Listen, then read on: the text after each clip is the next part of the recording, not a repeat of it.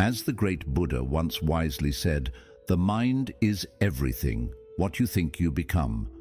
When life feels uncertain, when the future is blurry and your heart is heavy, it's not always the situation that drowns you.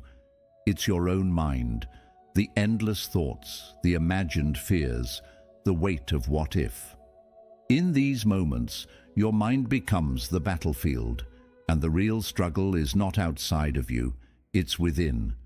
But Buddhism offers something rare in today's chaotic world, a way back to stillness, even while the storm rages on. It teaches us that peace isn't something you chase or find in the outside world. It's something you return to, a quiet place inside you that never left, only forgotten. In this video, we'll walk a path rooted in ancient wisdom, a path that shows you how to breathe again, how to let go, and how to stop being at war with your own thoughts. Take a deep breath. This is your moment of return.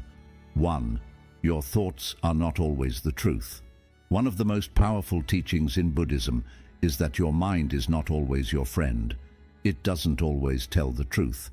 In fact, the Buddha often described the mind as a wild monkey, jumping from one fear to another, constantly making up stories based on fear, insecurity, and past pain.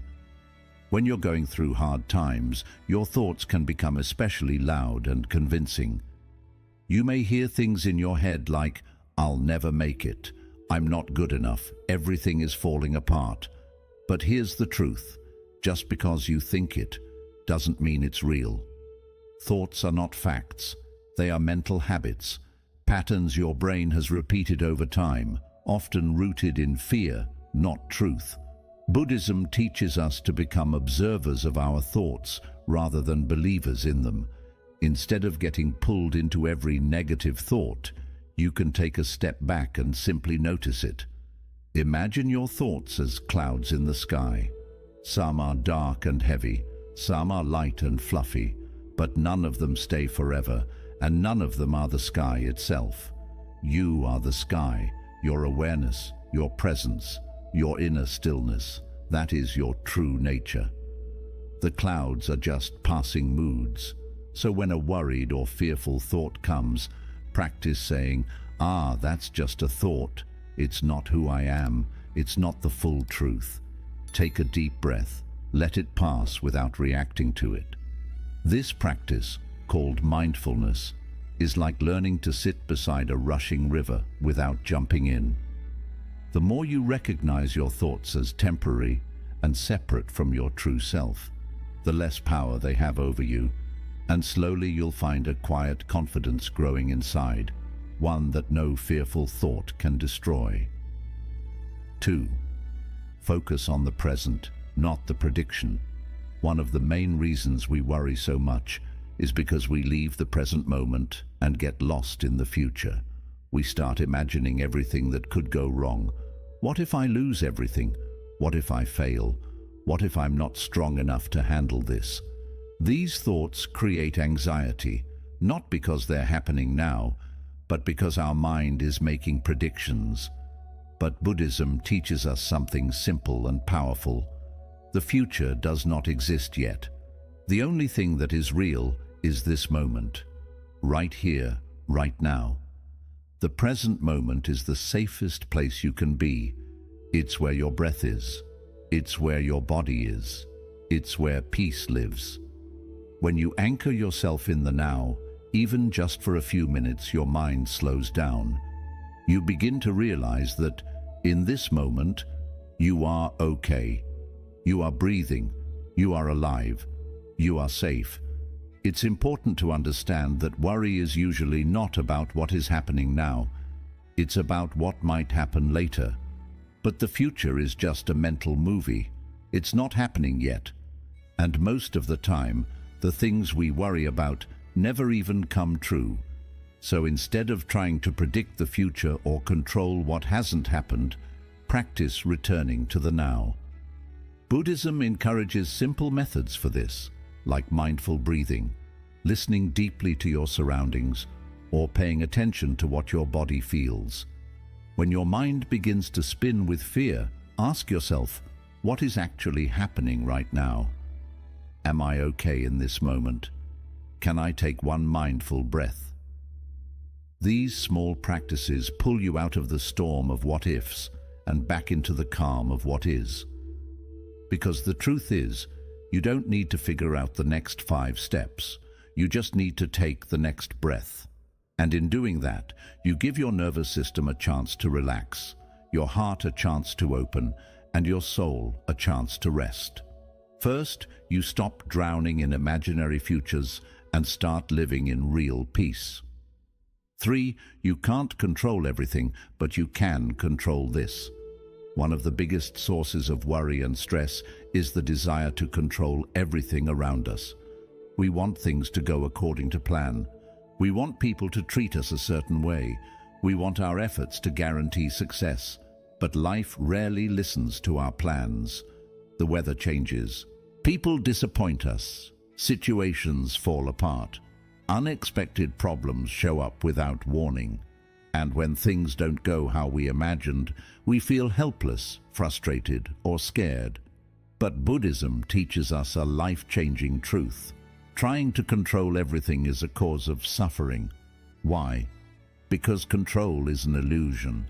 The more you try to grip tightly, the more things slip out of your hands. It's like holding sand in your fist.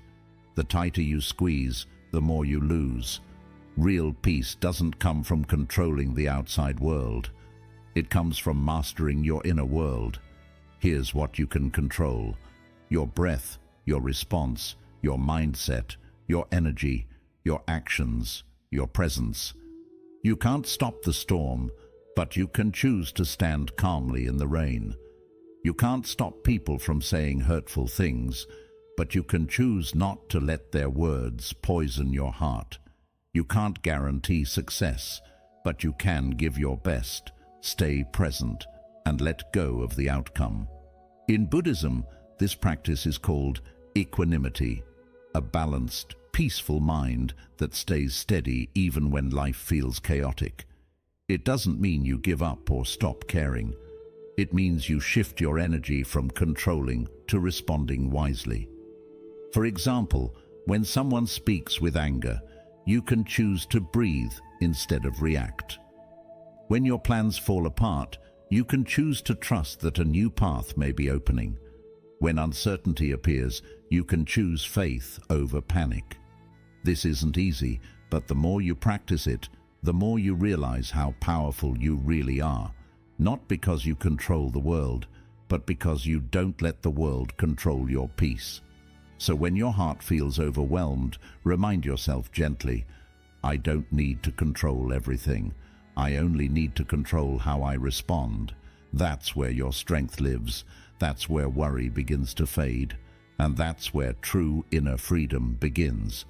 For your worst days still built you. It's easy to look back on the hardest moments of your life and wish they had never happened. When you were at your lowest, whether it was facing loss, heartbreak, failure, or disappointment, you probably felt broken, alone, and unsure if you could ever recover. But here's a truth that Buddhism teaches us. Those painful moments were not wasted. They were the bricks that built your strength, your compassion, and your wisdom. Think about a seed pushing its way through dark, heavy soil. At first, it feels the weight of earth pressing down on it. It might struggle and crack, but without that pressure, it could never sprout. Those very forces that felt like they were crushing it also gave it the power to grow upward toward the light. In much the same way, your worst days pressed on you, but they also pushed you to become more resilient. Every time you experienced suffering, you had to face difficult feelings, grief, anger, fear. You may have wanted to run away, blame someone else, or give up entirely. But when you stayed present with your pain, when you acknowledged it instead of hiding from it, you learned something invaluable about yourself. You discovered how deep your capacity to heal could be. You uncovered hidden strengths you didn't know you had. You learned that even when you felt powerless, you still had choices. The choice to breathe, to continue, to reach for hope. In Buddhism, this process of transforming suffering into wisdom is called turning poison into medicine. Just as a skilled alchemist turns a harmful substance into something healing, you turn hardship into understanding, empathy, and inner peace. Your worst days taught you humility because you learned that you are not in control of everything. They taught you compassion because you now know what it feels like to hurt, and you can extend kindness to others in pain. They taught you patience because healing never happens overnight. And they taught you gratitude because when you finally emerged on the other side, you saw life's simple blessings with fresh eyes. So, the next time you're tempted to despise the past, remember this. Each painful chapter of your life played an essential role in shaping who you are today. Without the struggles, you wouldn't appreciate peace. Without the failures, you wouldn't value success. And without the low points, you might never reach for something higher. Embrace your history as a teacher, not an enemy. Bow to the lessons learned, even the harsh ones, because in Buddhism, every moment of suffering is an opportunity to awaken to your own strength, compassion, and the unshakable peace that lives within you. 5. Not everything deserves a reaction. When life throws challenges your way, insults from others, unexpected setbacks, or moments of self-doubt, it's natural to feel an immediate urge to respond. Our minds are wired to react swiftly.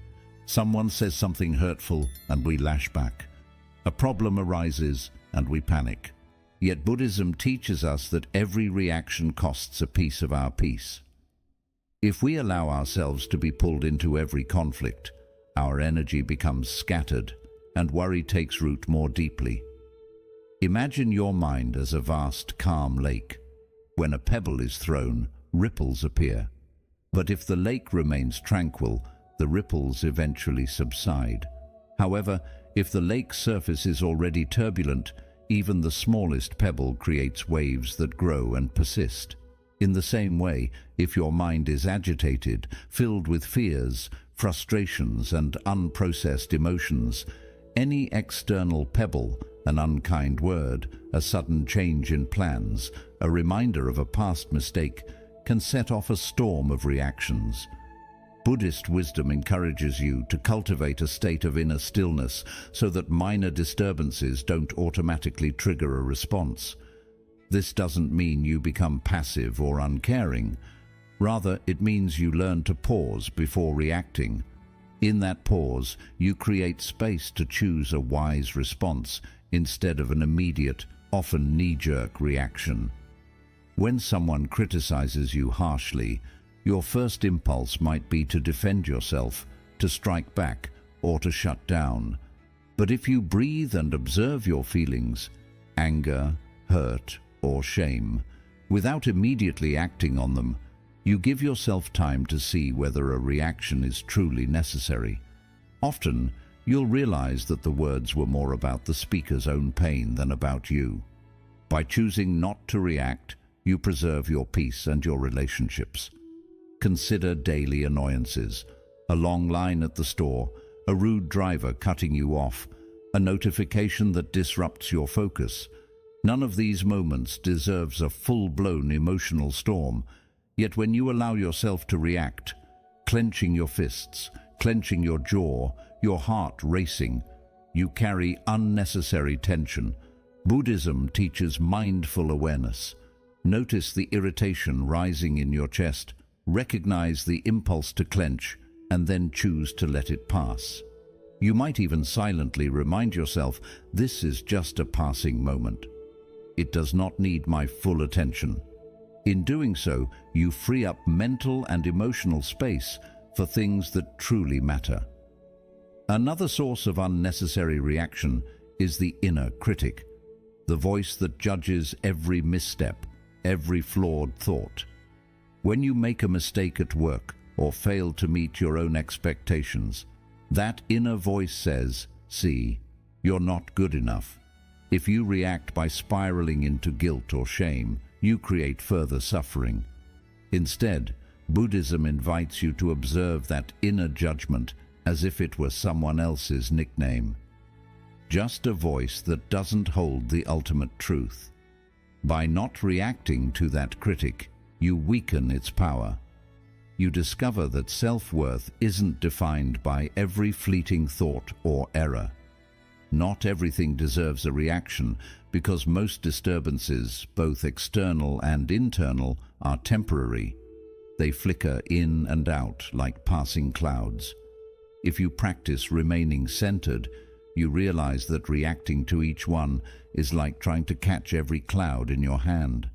You end up exhausted, with hands full of mist. The practice can start small. The next time you feel anger swell, place a gentle hand over your heart. Take 3 deep breaths and let the sensation settle.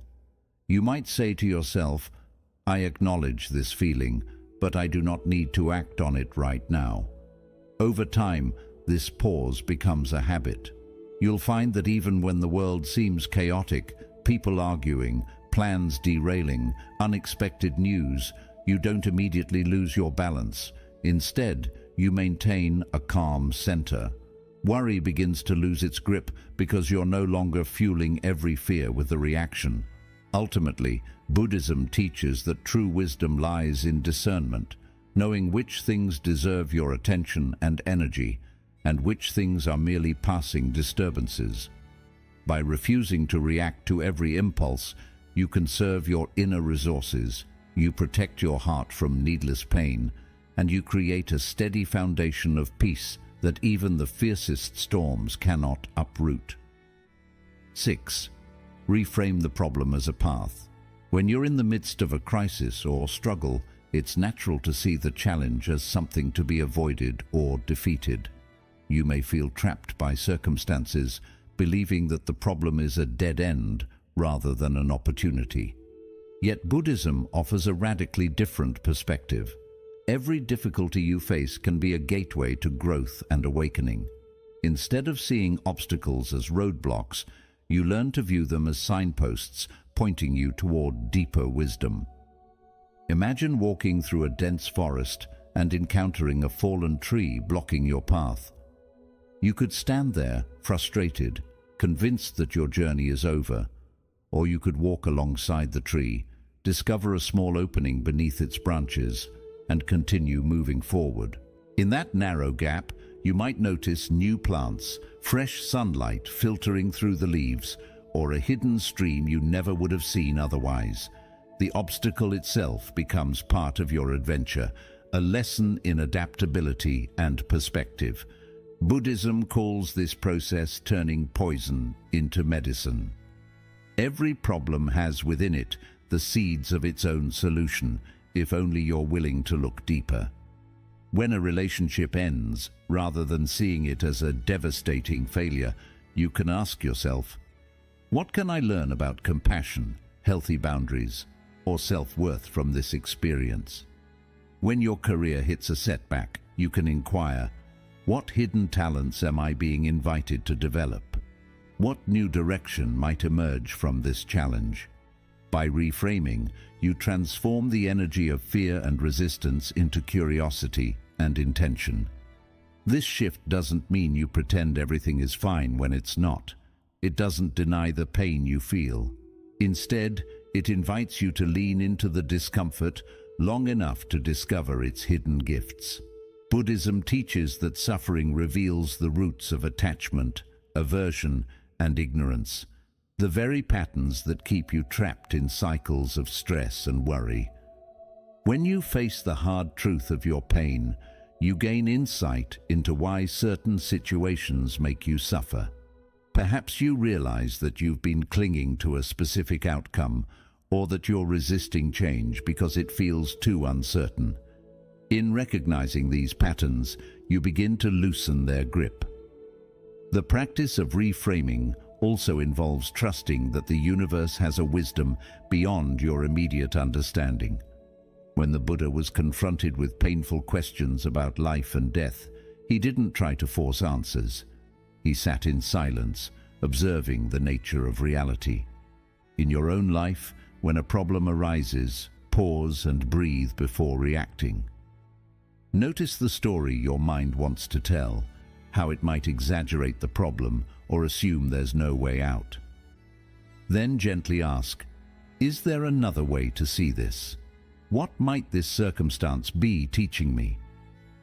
As you cultivate this mindset, you become less reactive and more responsive.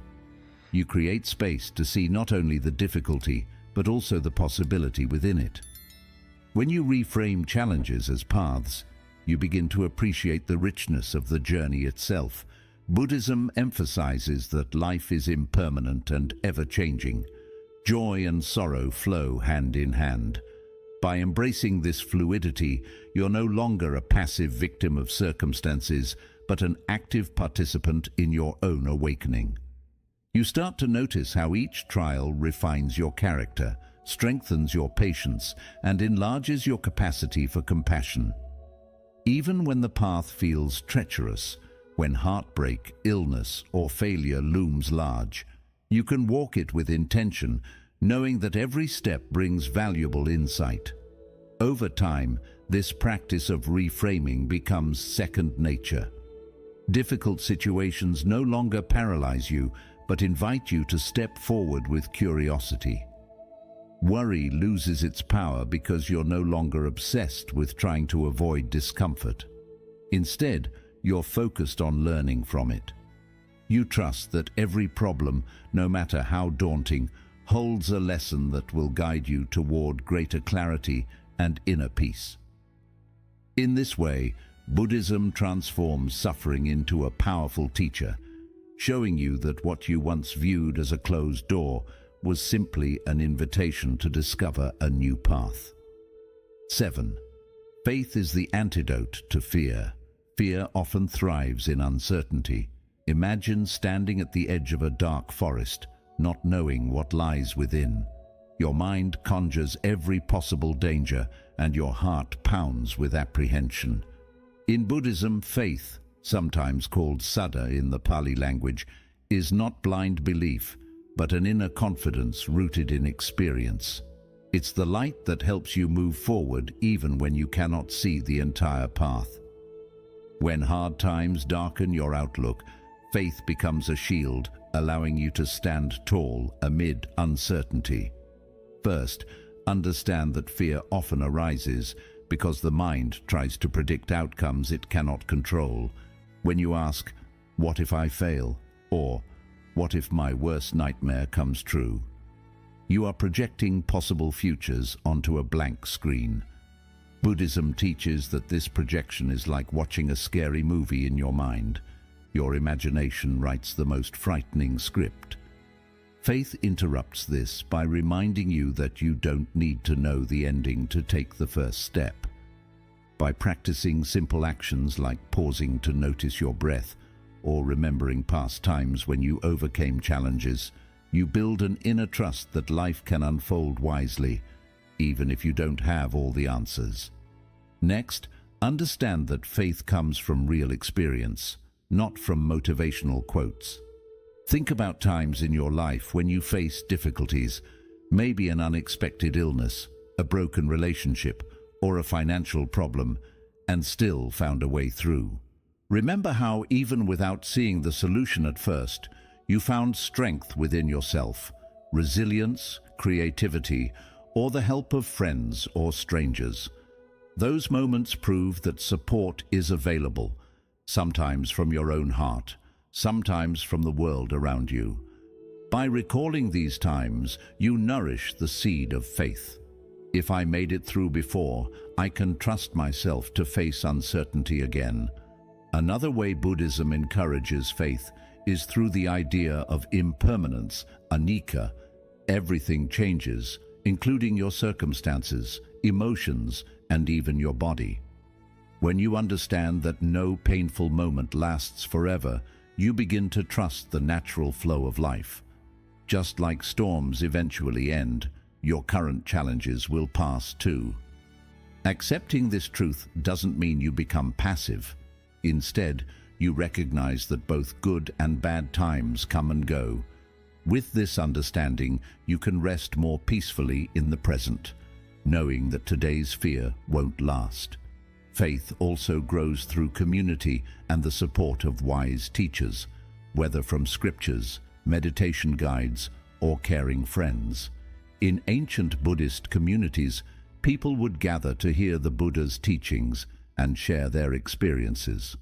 This shared faith reminds you that you are not alone in your struggles. Others have walked similar paths, found ways to heal, and discovered peace. When you hear stories of how meditating monks stayed calm during crises, or how practitioners turned suffering into compassion, it plants a seed in your heart. If they could do it, maybe I can too. These examples strengthen your belief that change and healing are possible. Furthermore, Buddhism teaches that faith and effort go hand in hand. Faith isn't just waiting for miracles, it's actively engaging in practice. Even one sincere breath counted as a meditative step can build your conviction. When fear takes hold of your mind, you can say, "I trust that by returning to my breath, I will find clarity."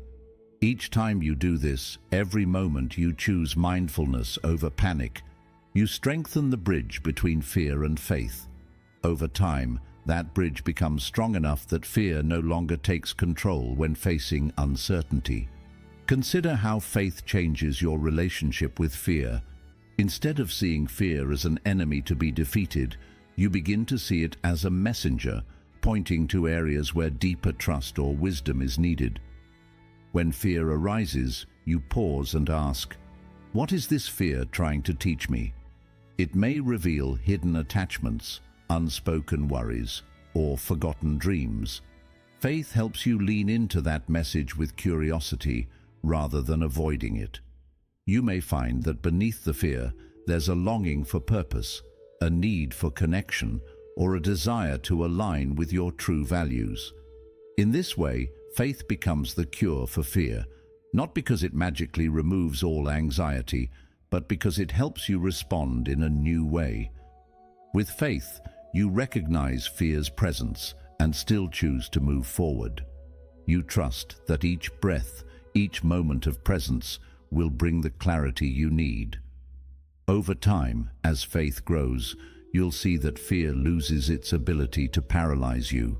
Instead, it becomes a gentle reminder, urging you to gather your resources, call on your inner strength, and step boldly into the unknown. In the end, these 7 lessons are more than just ideas. They are practical reminders that you can change how you respond to fear and difficulty. Your thoughts are not always truths. The present moment is all you truly possess. You may not control everything, but you can always choose how to respond. In practice, every painful experience has built your resilience. Not every disturbance requires a reaction. Every challenge can teach you something. And faith, grounded in remembering past strengths and trusting in impermanence, will support you when fear arises. As you practice these teachings, you gradually shift from being overwhelmed by outside circumstances to feeling centered in your own inner wisdom. Worry may still come, but it no longer needs to stay.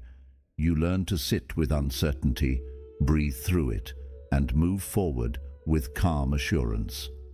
May these principles act as a guide whenever life feels overwhelming. Return to them as often as you need. Read them, reflect on them, and allow them to lead you back to peace. By doing this, you'll find that even in the toughest times, your heart can remain open, your mind clear, and your spirit continue to grow. Thank you for watching. If these lessons spoke to you, take a moment now to breathe deeply, appreciate your progress, and step gently into the next moment.